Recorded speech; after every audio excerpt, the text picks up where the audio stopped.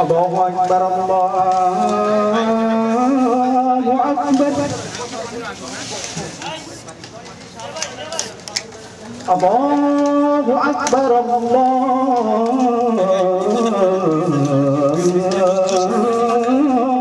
أكبر أشهد أن لا إله إلا الله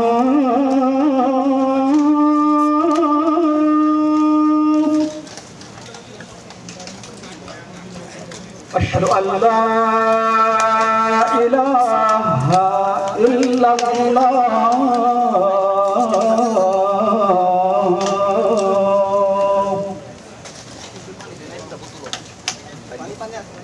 أشهد أن محمدا رسول الله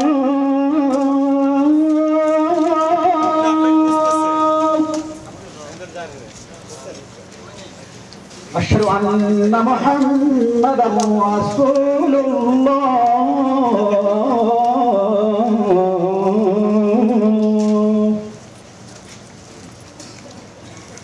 حي على الفلاح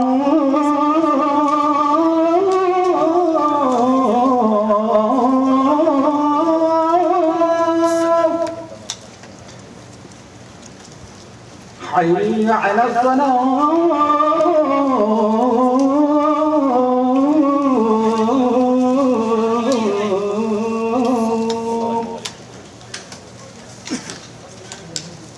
حي على الفلاح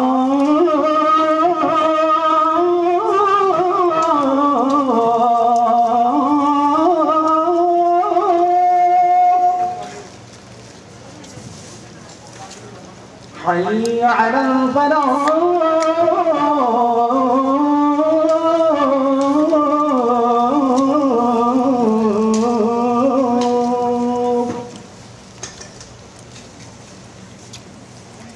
الله أكبر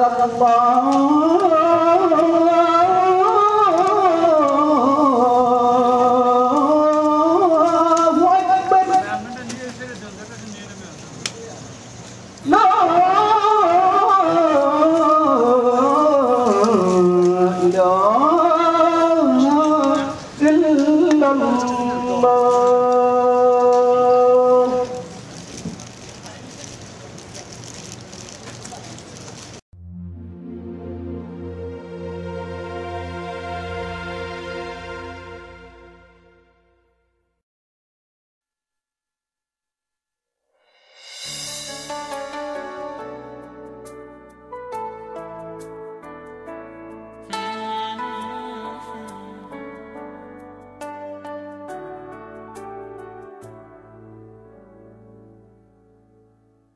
راحي كريم عظيم عليم حليم حكيم متين منان رحمن فتاح غفار تواب رزاق شهيد حسيب اللهم صل على محمد وآل محمد يا مسلمين صلوا عليه اللهم صل على محمد وصح محمد يا مؤمنين صلوا عليه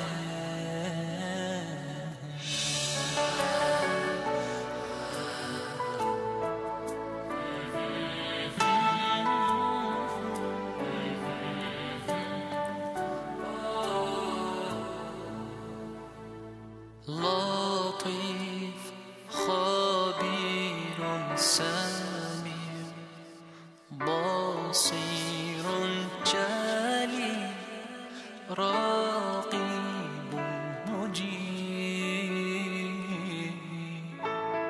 غفور شكور ودود قيوم رؤوف صبور مجيد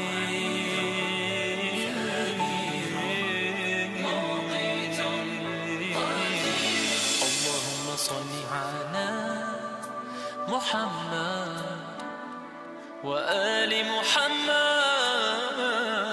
يا مسلمين صلوا عليه اللهم صل على محمد وصحبه يا مؤمنين صلوا عليه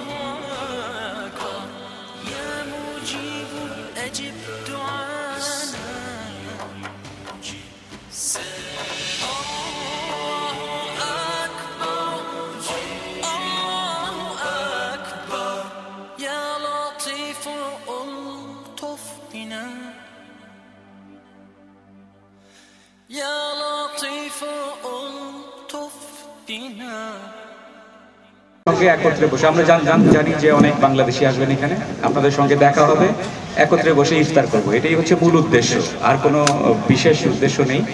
তারপরেও যেহেতু এমবাসির তরফ থেকে এসেছি, একটা শোনা যাচ্ছে, একটাতেই শোনা যাচ্ছে, মনে হয় না দুটো লাগবে। জি জি, থ্যাংক ইউ। ঠিক আছে, না ঠিক আছে, ধরা লাগবে না, আমার মনে হয় একটাই যথেষ্ট। হ্যাঁ, একটাই যথেষ্ট। আমি আপনাদের বেশি সময় নেব না, সাধারণত আলোচনা শেষ হয়ে যায় ইফতারের আগেই, কিন্তু আজকে যেহেতু অনেক আলোচক বর্গ ছিলেন, ইফতারের আগে আমি সুযোগ পাইনি, তারপরে আমাকে যেহেতু এখন সুযোগ দেওয়া হচ্ছে, দুই একটা কথা একটু বলি আপনাদের সঙ্গে। আপনারা নিশ্চয়ই জানেন যে বাংলাদেশের সাথে কোরিয়ার যে সম্পর্ক, সেটির বহুমাত্রিকতা আছে। যে কোনো দেশের সঙ্গেই অন্য আরেকটি দেশের সম্পর্কের বহুমাত্রিকতা থাকে, দ্বিপাক্ষিক সম্পর্কের। এবং আমাদের সাথে কোরিয়ার সম্পর্ক বহু পুরনো, সেই 1972 সালে আমাদের, ইনফ্যাক্ট 73 সালে ডিপ্লোম্যাটিক রিলেশন স্থাপিত হয়েছে। তার মানে আগামী বছর 2013 সালে আমাদের দুই দেশের সম্পর্কের 40 বছর পূর্তি হবে, এবং সেই উপলক্ষে আমরা কিছু অনুষ্ঠানের আয়োজন করবো বলে চিন্তা ভাবনা করছি। এই যে সম্পর্ক, এই সম্পর্কের বহুমাত্রিকতার কথা বললাম, অফকোর্স প্রথমেই হলো পলিটিক্যাল রিলেশনশিপ, আমরা সম্পর্ক স্থাপন করলাম। তারপর তার সাথে সাথে আসে economic relationship, trade relationship, commercial relationship, cultural relationship, educational cooperation relationship, বিভিন্ন ধরনের রিলেশনশিপ আছে। তো এবং সেই সমস্ত ক্ষেত্রে বাংলাদেশের সাথে কোরিয়ার সম্পর্ক ক্রমান্বয়ে উন্নত হচ্ছে। আমি আসলে ধর্মীয় আলাপ আলোচনার দিকে না যেয়ে এদিকে চলে আসলাম, কারণ এগুলো আমরা শুনেছি এবং ওই বিষয়ে আমি যতটুকু বলতে পারবো তার চেয়ে তেনারা অনেক ভালো বলতে পারবেন। তো যেই প্রসঙ্গটি বলছি সংক্ষেপেই সারবো। আমাদের সম্পর্কের উন্নতি ঘটছে ক্রমান্বয়ে। যেমন আমি উদাহরণ হিসেবে বলতে পারি যে ট্রেড রিলেশনশিপ যেটি, সেইটি আগে দুই দেশের সম্পর্কের ক্ষেত্রে একটা নগণ্য স্থান দখল করত, কিন্তু গত বছর আমাদের দুই দেশের মধ্যে $2000 মিলিয়ন বাণিজ্য হয়েছে। যদিও বাণিজ্যের মধ্যে এক্সপোর্ট এবং ইম্পোর্টের মধ্যে আমাদের পাল্লাটা, আমরা এক্সপোর্ট করেছি কম, ইম্পোর্ট করেছি বেশি। $1.6 বিলিয়ন, অর্থাৎ $1600 মিলিয়ন আমরা ইম্পোর্ট করেছি, আর অলমোস্ট $300 মিলিয়ন মতো আমরা এক্সপোর্ট করেছি। হাওয়েভার, যেরকমই হোক না কেন ইম্পোর্টেরও প্রয়োজন আছে। যদি এডুকেশনাল কোঅপারেশন রিলেশনশিপের কথা বলি, আমাদের দেশের প্রায় 500-র মতো স্টুডেন্ট এখন কোরিয়াতে বিভিন্ন স্কলারশিপে পড়াশোনা করছে। তারপরে কালচারাল রিলেশনশিপের কথা যদি বলি, আমাদের বিভিন্ন ট্রুপস আসছে, কালচারাল ট্রুপ এই দেশে আসছে, এখান থেকেও বাংলাদেশে যাচ্ছে। তারপরে আরো বিভিন্ন দিক আছে। আমাদের যে ট্রেনিং আমরা পাই, গত বছর প্রায় 200 জন অফিসার এসেছেন বিভিন্ন ক্যাটাগরির, কোরিয়ান সরকারের সহায়তায় এখানে ট্রেনিং নিতে এসেছেন। এই যে বিভিন্ন ধরনের রিলেশনশিপ আছে, আবারও বলছি যে economic relationship, trade relationship, commercial relationship, এগুলি সবকিছুর ঊর্ধ্বে আরেকটা বড় রিলেশনশিপ আছে, সেটি হচ্ছে পিপল টু পিপল কন্ট্যাক্ট, মানুষের সাথে মানুষের যে সম্পর্ক। এবং এই সম্পর্কের ক্ষেত্রেও অন্যান্য সম্পর্কের যে ধারাবাহিক উন্নতি হচ্ছে, এই সম্পর্কের ক্ষেত্রেও আমাদের প্রচুর উন্নতি সাধিত হয়েছে। এবং তার একটি বড় উদাহরণ হচ্ছে না যে আমরা যারা এখানে বসে আছি একত্রে, 2008 সাল থেকে আমরা জানেন ভালো করে যে ইপিএস এর আওতায় আমাদের দেশ থেকে কর্মী বাহিনী আসা শুরু করেছে। এবং এখন আমাদের দেশে ইপিএস এর আওতায় 7200 জনের মতো অলরেডি চলে এসেছি এই 4 বছরে। সংখ্যাটা অনেক বেশি না অন্যান্য অনেক দেশের তুলনায়, কিন্তু খুব একটা কমও না, নগণ্যও না। এবং এই যে আশা, সেটি ধারাবাহিকভাবে যদি বজায় থাকে তাহলে ভবিষ্যতে আরো আসবে। কিন্তু যে কোনো জিনিসেরই, যে কোনো পরিস্থিতিরই বা যে কোনো ঘটনারই কিছু বটল নেক্স থাকে, বাধা বিপত্তি থাকে, মাঝে মাঝে সেগুলি আমাদেরকে ফেস করতে হয়, মোকাবেলা করতে হয় এবং সেগুলিকে অতিক্রম করতে হয়।